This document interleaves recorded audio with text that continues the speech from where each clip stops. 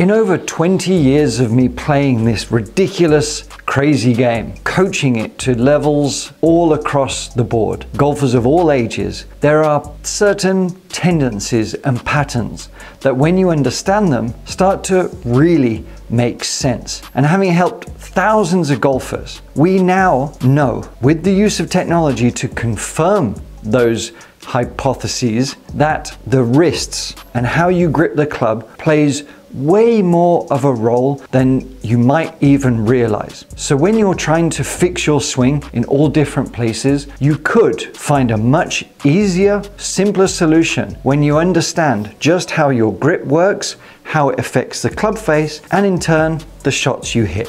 One of the biggest keys to playing better golf is actually having an idea of where the ball is going to go. Amazing, Alex. What a revelation. Obviously, we want a better idea of where the ball wants to go. But too many of you struggle playing what I used to hear of like military golf. Left, right. And the desire to be consistent and more consistent is often a journey and a process that every golfer wants. But we can have a little bit more predictability when we understand a little bit more of what causes the ball to go right, what causes the ball to go left. And although there might be a dozen different factors to you hitting it left and right, you're going to find that the lowest hanging fruit for most of you is going to be looking at the grip and how you grip it, how it affects the club face. Let me show you an example.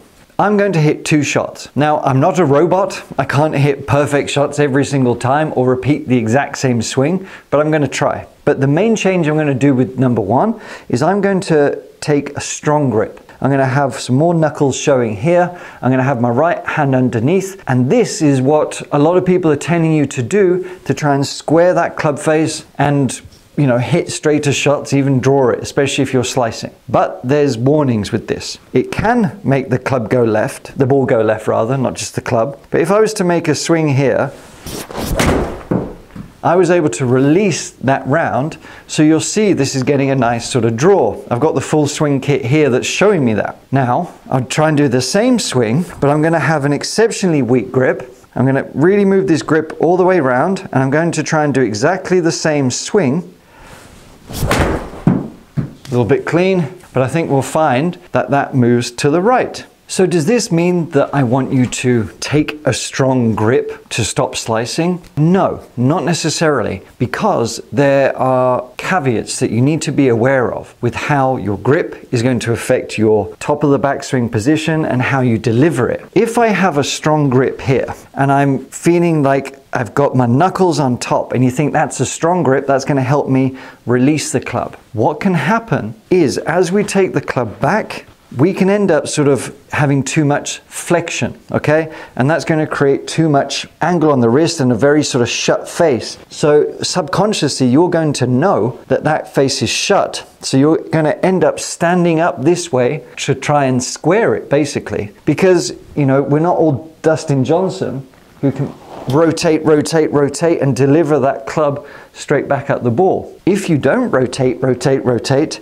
and just stall the body, see how open that club face is as I sort of come into the ball? And that's happening because I've got too strong a grip. Likewise, if we have too much of a weak grip, we're going to actually do the opposite, which is over sort of rotate and extend the wrist because we're at the full end range of motion, basically. So it's only going to create more of a pattern where we're opening the club face, okay? And then we deliver it, the club face is going to be open, but subconsciously you might know, well, it's open, so I'm going to try and square it over, and you'll end up smothering it this way. So in golf, there are not black and white answers. There's always a little bit of gray. And you have to understand not just how the grip affects it, but how the rest of the body and the club face responds to that. I mentioned technology at the beginning, and one of my favorite tools for myself, for students, and many people that I've recommended this device to is the hack motion. The reason why this is so good is because it's telling you what you are doing. It's not trying to manipulate or force you into any other positions that when you sort of take the training aid off, you're going to lose without it. This enhances the exact data that we need to see what you're actually doing. You know, it literally doesn't lie. So by wearing this device, we can get tons of different metrics to see what our wrists are doing. Now there's multiple options. You can put them on different wrists, but I just want to talk about the lead wrist right now. So I'm going to open up the app and we can see here, you know, we can do different things. We can browse drills, we can see past data, we can even see what the tour players are doing, but let's keep it super simple. So we can flexion, which is this movement here, okay? So we're flexing there, and then we're extension there. So flexion and extension, okay? So with a strong grip, what can happen is, as I said, we're going to get too much flexion. You can see in the image here, we're just a little bit too shut because that's my range of motion. I've reached my full range of motion here. I can't, well, not very easily, keep the club moving this way so that club face stays a bit more neutral. My instinct is going to have it do much more of this kind of action where I'm a lot more laid off, okay? And as I showed you before, that's not always going to help us as we're trying to swing through. So you can see here, you know, too much flexion at the top, too much change in the wrist patterns. And that's in essence what I'm trying to explain. When you start a certain way with full range of motion done, basically too much extension this way, right? So there we had too much cupping, which is, this is extension, that is flexion, right? If we set up that way, my arms can't continue to stay there. They're always going to figure it out to not hurt myself in some ways, and I'm going to end up opening that club face quite a lot. That's what's going to happen there. So I'm here, it's going to end up opening, and the ball's going to go way off to the right. So you think, what do I do then? The beauty of the hack motion is we can educate ourselves and figure out what works best for you. Me, you, whatever. And we can experiment. We can experiment with a stronger grip starting here. Okay, so we've got a stronger grip. What's that going to do? What are my tendencies to reach at the top of the swing? And am I going to be too extended this way? Or am I going to have too much flexion this way? Right? Because everything is a response to something else. If you don't know what your grip is doing when it comes to the top of the backswing, you're really going to struggle to find any sort of consistency. And the hack motion can give you the hard data to start experimenting. Maybe you do benefit more from a stronger grip because maybe you don't actually have too much flexion there and you can rotate through a little bit easier, okay? You can rotate through a little bit easier to get the straight shots. But maybe it's going to hinder you. So experimenting to see what you do best and really seeing how the club reacts to your body and to that grip position.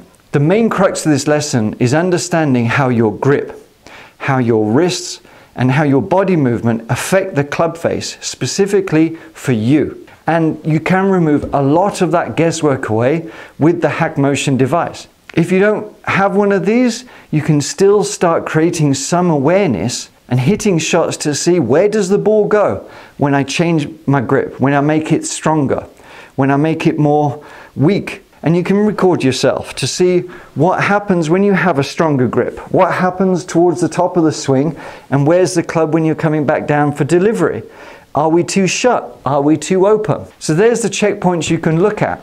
Grip, top of backswing, into delivery, because everything you do at setup here is going to affect the backswing and it's going to affect the delivery into impact. And as I say to every single golfer, you have to test these things out. It's very difficult for me to say exactly what you need to do. Anyone online are going to find it hard to tell you exactly what to do. You have to experiment, you have to test things out. And one of the best ways to stop guessing so much is this device.